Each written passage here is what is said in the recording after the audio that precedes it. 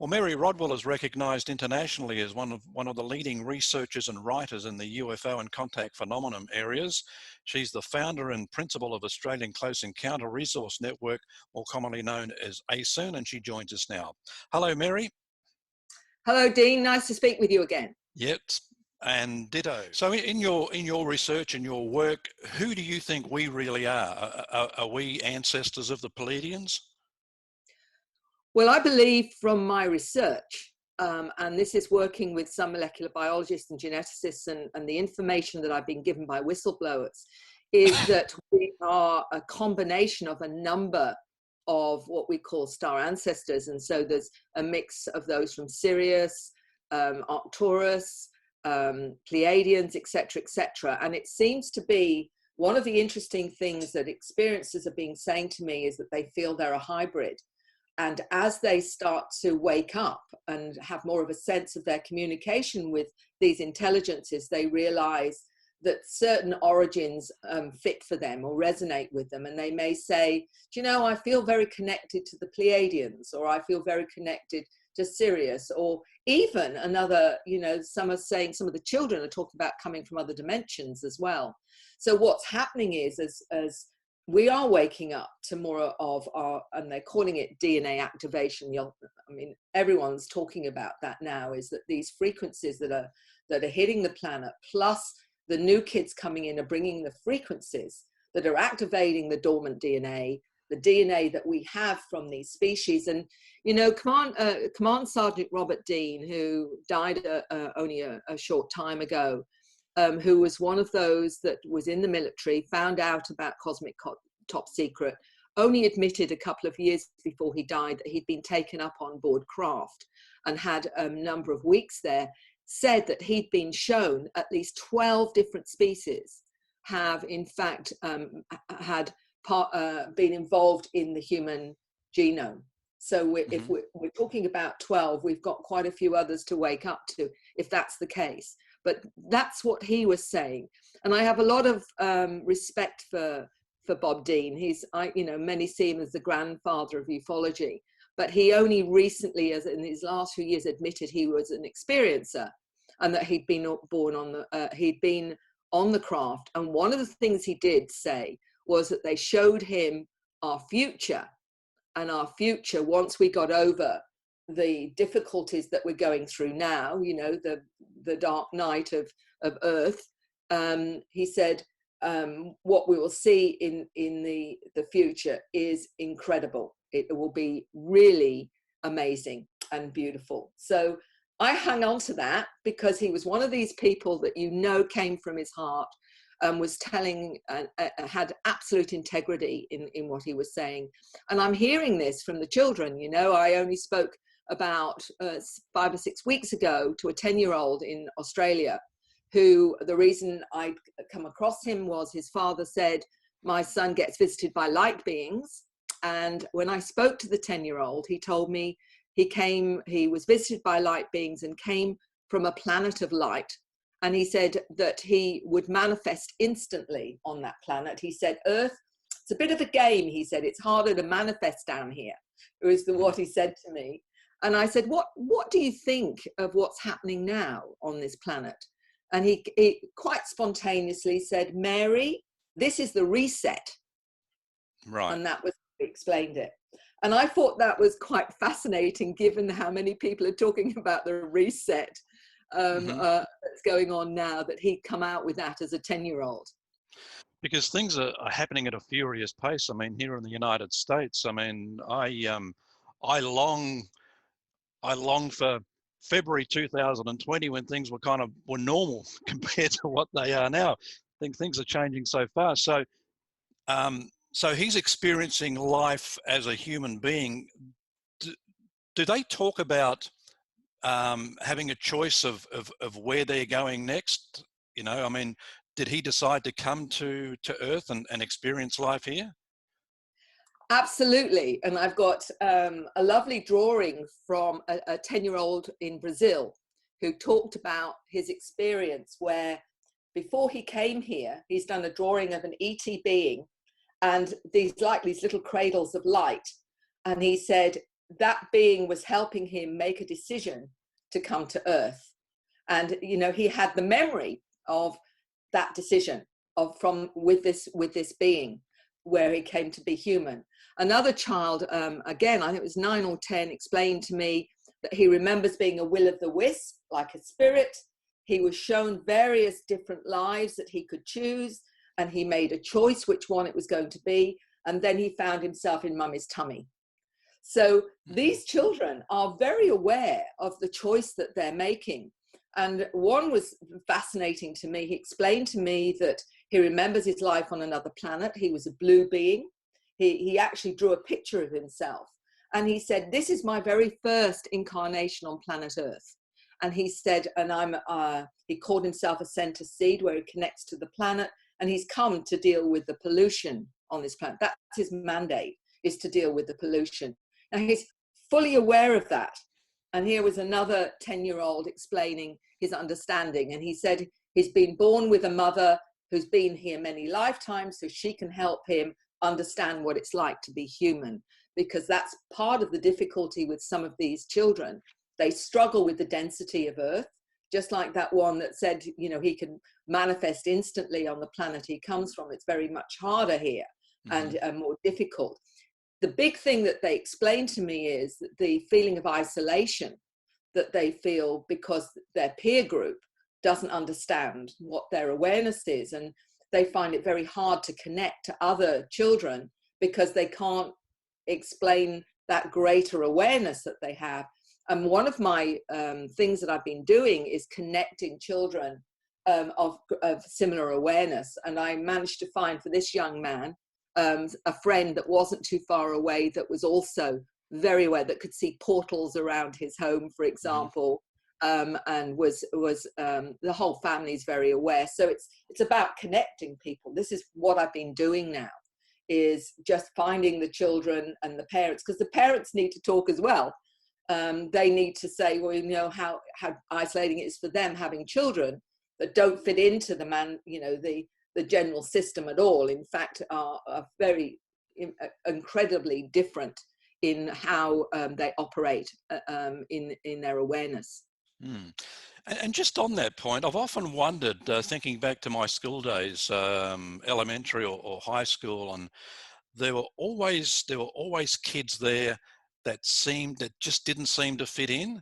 And I mean, they may have had issues at home, may have had issues of other sorts. And now that I'm deep into this topic, I'm thinking, were these kids actually contactees and just didn't know how to talk to anyone about what they were going through? Are you finding that in your research?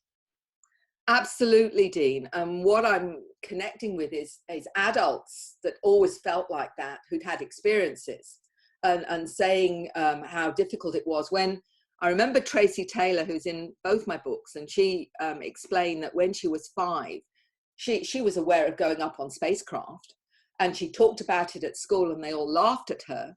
So she absolutely shut down until she was about 15, because she said, you know, she couldn't believe that others didn't have the same experience. For her, it was really, really hard. So what some of the adults have told me is that, you know, particularly if they're in education, they will say, I can pick out the kids like me. They can actually see who they are and recognize who they are, and they can operate differently. And this is what's been fascinating with my work with the children, is that I've had educators, clinical psychologists, as well as parents contact me and say, you know, we're in a field where this is not acknowledged or understood, and trying to help these kids, knowing that the system fails them, either in psychology or in education, and saying, well, how can I do that? Because the parents sometimes are asleep. The parents don't always appreciate what's going on with their child. So how do you help the parents to help them when the parents don't even understand that this is a reality? And this, Dean, is my biggest issue, is that we have an inaccurate model of psychology, and we have a very limited educational system where multidimensionality is completely ignored. It seems one size fits all. Exactly. Yeah. Yeah. I recently interviewed a lady by the name of Erin Montgomery, and she's been a lifelong experiencer, and she's only recently shared her story, and she shared her story to help others also do the same. But she says she's been part of of an alien hybridization program, and she's got memories going back as far as 4 years of age. But um, she made an interesting comment that one of the reasons why she came out and told her stories is that she wanted to normalize her circumstances. And I thought about that for a moment. I thought that's going to be pretty hard to do. Can you normalize these particular circumstances? Not until we have a major shift in the way that we look at human experience. Because that's the big issue here, is that we've been programmed into a limited and limiting paradigm, that the consensus reality, particularly in the West. You notice that Indigenous people don't have a problem with multidimensionality. They'll talk about, their awareness, their sight, their clairvoyance, clairaudience, and whatever as naught. There's no problem within the Indigenous communities. But unfortunately, in Western society, the only thing you're allowed to acknowledge is the five senses. And with those five senses, what people don't realize is a lot of these children have hyper five senses. In other words, the sense of touch and sensitivity, the sense of hearing is a lot more sensitive, like a dog can hear more or whatever. A lot of these children, they can see beyond the 1% of visual spectrum. They're seeing orbs, energy fields, beings, and what have you. As I say, the sense of touch is, and this has been measured by Dr. Lena Olson, the molecular biologist who's had experiences. She was able to test this on herself. But apart from that, of course, they're able to perceive more of the different frequencies around us. So they're seeing spirits, they might see angels, they may see energy field, etc., etc. All of that is being ignored.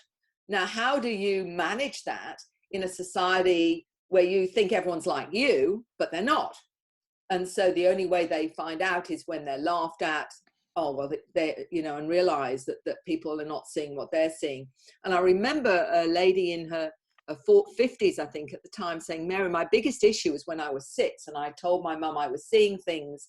And my mum said, well, it's just your imagination. She said, I spent the rest of my life in conflict between what is real and what is not real, because obviously what I was experiencing was not real, but was it? So this is what we're creating, almost schizophrenic kind of society. And let's face it, if you start saying you're seeing things other people aren't seeing, where do you end up? In a hospital, medicated. So everything has to change. Yeah. Are we getting any closer to seeing any change? I think, yes, in a way, although it's still very undercover. What is happening is we're exploring consciousness now. And people are looking at near-death experiences, out-of-body experiences, remote viewing, hallucinogens, shamanic experiences. All of these things are opening people up. So there is now more of an acceptance of that, not still perhaps in mainstream yet. What is hilarious, in a way, if you can see it as hilarious, I've got a group of medical doctors all having experiences that can't talk about it in their profession, even though they're all having amazing experience. Nurses, social workers, clinical psychologists, all telling me about their experiences, but can they talk about it within their peer group? No, they can't. So the elephant's there, and people are seeing the elephant, but nobody's allowed to say, look, I am actually seeing the elephant. When that shift comes, I'm not sure, but there is a lot more disclosure of this going on, people writing books about their experiences, credible people, as we see as credible, PhDs, scientists, lawyers, etc., coming out and speaking about their experiences. And I believe the disclosure will happen from the ground up, that enough people are going to talk about this, that it will become at some point just accepted. I think that's how it may happen. Yeah, because when you think about it, I mean, even 15 years ago, if people talked about this openly, they were completely ridiculed, but there seems to be a lot more acceptance about it now. Absolutely. In the 25 years I've been involved in this, there are certain things then I couldn't talk about, but I can certainly talk about now. So there's been, you know, an acceptance of a lot of what was queried when I got into this. You know, even things like acupuncture was laughed at when I was a nurse. You talked about to me about sticking needles in someone and it's going to make a difference to their health. I would have been another one that would have said that's ridiculous. But you know, they're using acupuncture in GP surgeries now, and it's very much an accepted therapeutic healing tool. So there's been a huge shift, and some of that I believe is because a lot of people have been, if you like, activated in a sense. There's been a big kind of consciousness shift, and I've seen people with six-figure salaries, you know, very much into the mainstream narrative of a model of a job and what have you, having an experience, whether it's sighting of a UFO or doing a shamanic journey or something, and all of a sudden, everything that they believed in or accepted in their old belief system has shifted, and they're not interested in materialistic values anymore. They change their diet. They're looking at healing. They're looking at exploring that other aspect of themselves, and it's almost overnight. And you know, there was a lot of things about 2012 which were interesting, about saying, oh, there's going to be a shift, there's going to be, and everyone was waiting for the world to end or something to happen. And of course it appeared like nothing happened, but actually so many people have had that kind of shift in consciousness after 2012. Literally, it seemed to them almost within an overnight kind of thing happening. So I have seen that with the people coming to me.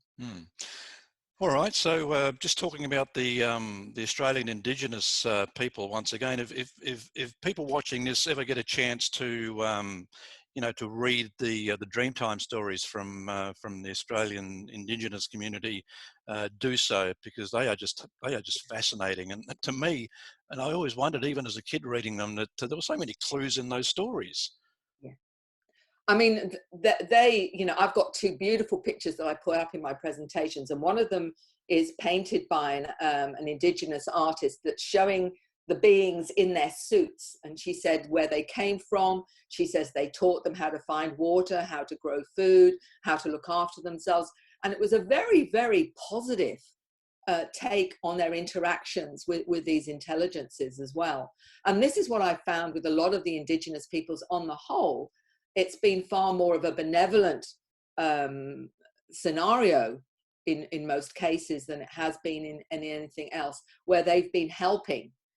In fact, even the mantis beings, what was interesting is that they call them the mamu, and how they help them on multiple levels understand things, and call them the wise ones. So it's all there.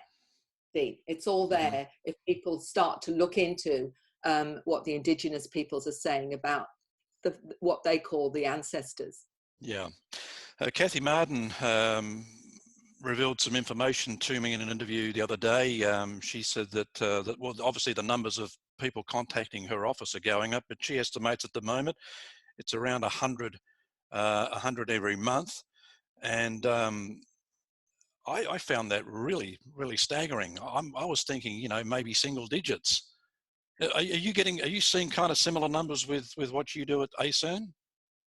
Absolutely. Every single day I've got a flood of emails from people from all over the globe. I mean, that's the interesting thing, isn't it? You know, that we're speaking English, but I will get emails from Uruguay, Chile, Peru, Africa, India, you know, Poland or whatever.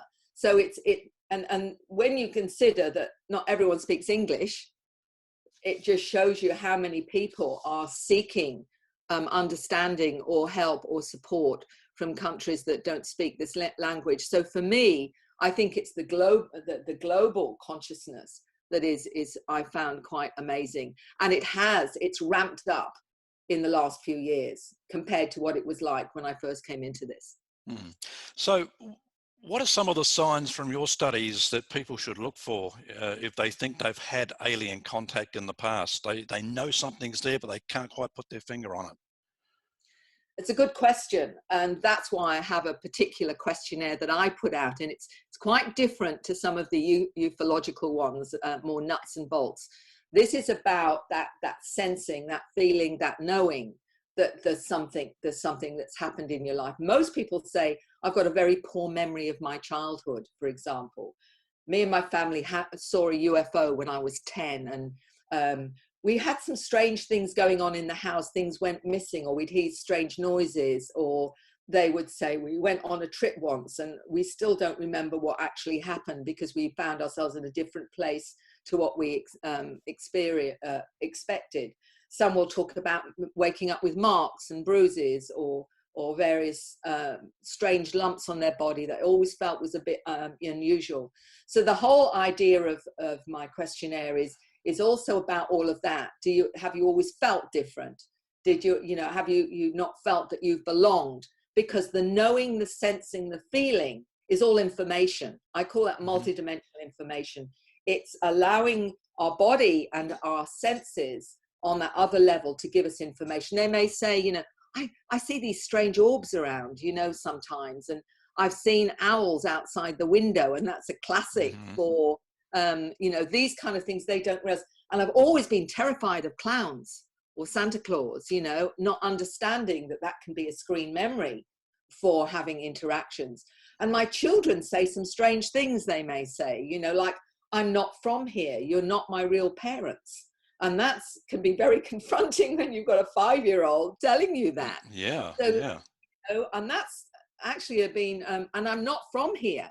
I come from somewhere else. They'll talk about coming from another world where you were there too, as well. And they'll bring in grandma and say, Grandma, you were there. And it was like a crystal city. And we were there and we were very happy, but we looked different. It's these are all things that are coming and giving you information. So the questionnaire looks at all of that. And then I say to people, right, here it is. You don't even have to send it back to me if you don't want to. Does it help you connect some dots? Because there are things people don't realize that are connected to this, and they dismiss them because they haven't got the full picture. So the questionnaire helps them connect the dots. And then I say, well, what do you want to do about this? Do you want to explore it more? And it may just be they want to talk to you and validate more information, or they may want to go in depth and start looking at experiences that they may have never quite understood. So going in depth means what? Like regression therapy?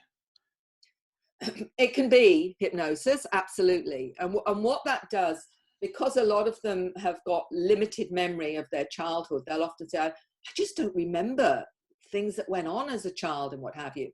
And that is a very classic related to when they go up on the craft, that they have memories blocked for lots of different reasons, sometimes so they won't be as traumatized. If they really want to understand that, they can go in and find out exactly what happened. And one of the questions I ask in hypnosis is, how many times have you been picked up? Because when they're in that space, I have access to that information in most cases. And they will reel off the ages that they've been picked up, like 2, 5, 7, 13, whatever. And they can't believe that they've had that already there. And what you can do is also get them to find out exactly why they've had that encounter, what was going on in that encounter, who are the beings they're interacting with. They can get a huge amount of data that helps answer the questions that they may have wondered about all their lives. And I get 60 and 70 and 80-year-olds sometimes saying, this has been happening my whole life and I've never fully understood, but I've known that's been something else that's been happening. Yeah. Do you find people, are they relieved when they finally know the truth, or does it scare them to an extent? Most times they're relieved to have answers, even though those answers may shock them in some way or another. But what helps with that is that instead of the not knowing, the knowing can actually give them some peace. But it also is about finally acknowledging that there's been something going on in your life, a bigger picture, if you like, that once they come to terms with that, it changes the way that they look at everything. And one of the things that the survey did with the Dr. Edgar Mitchell Free Foundation, when we asked the questions, 600 questions, 4,000 people, the fascinating result of many people from their conscious memory ultimately was that they noticed that for them, the more they understood, the less fearful they were. And that 85% had a psycho-spiritual transformation from that, even though they started out with fear. The fear is often not knowing what's going on. Maybe I'm crazy. Who are these beings? What do they want from me? Once you've had some understanding of that, many have realized that they've had experiences on board craft where procedures have been done, but they've been healing procedures. 50% of those surveyed had healing procedures on board craft, which they didn't know. They only knew something happened and what happened. And because you don't know what's happened, you're scared, because you don't know. Yeah. It's fear of the unknown. The more known, the more you can understand, the more you realize how many people are involved and the bigger picture. Often that completely changes your perspective of what that experience is, or those experiences with those beings are. Yeah. Once that I was intrigued by that was done in, I think it was in that particular research study that you talked about, was that if people had the option of being able to get rid of their alien contactees, would they? And you probably assume they would say yes, but I think it was 60 or 70% said no, I want them to keep coming. That was quite amazing. And it is fascinating, isn't it? And the thing is, they feel like they've been abandoned almost if they've had a period where they've not been visited. So that is showing you there's a deeper sense of connection to these beings than they even realize themselves. And they've seen also how it's expanded their understanding, it's expanded their awareness.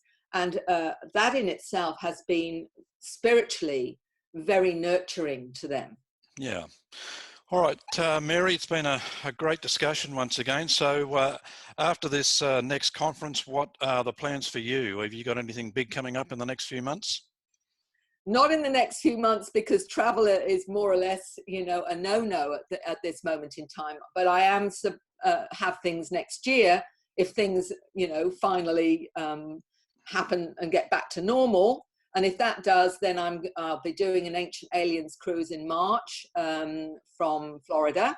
And there is also Contact in the Desert that's invited me again, and also somewhere in the Netherlands. But quite honestly, at the moment, Dean, I have no idea whether they'll unfold or not, because we are living in interesting times. Yeah, so yeah. I shall just have to wait and see. We certainly are. Any new books on the horizon? I can't face doing another book at the moment, although I am doing another chapter for the book that Ray Hernandez is doing, which is, you know, Consciousness and Contact Research Institute. And everyone is going to be putting more of their personal experiences in that. And that's a chapter that I'm doing there. So I've been doing things like that, not quite as intense as books, but who knows down the track.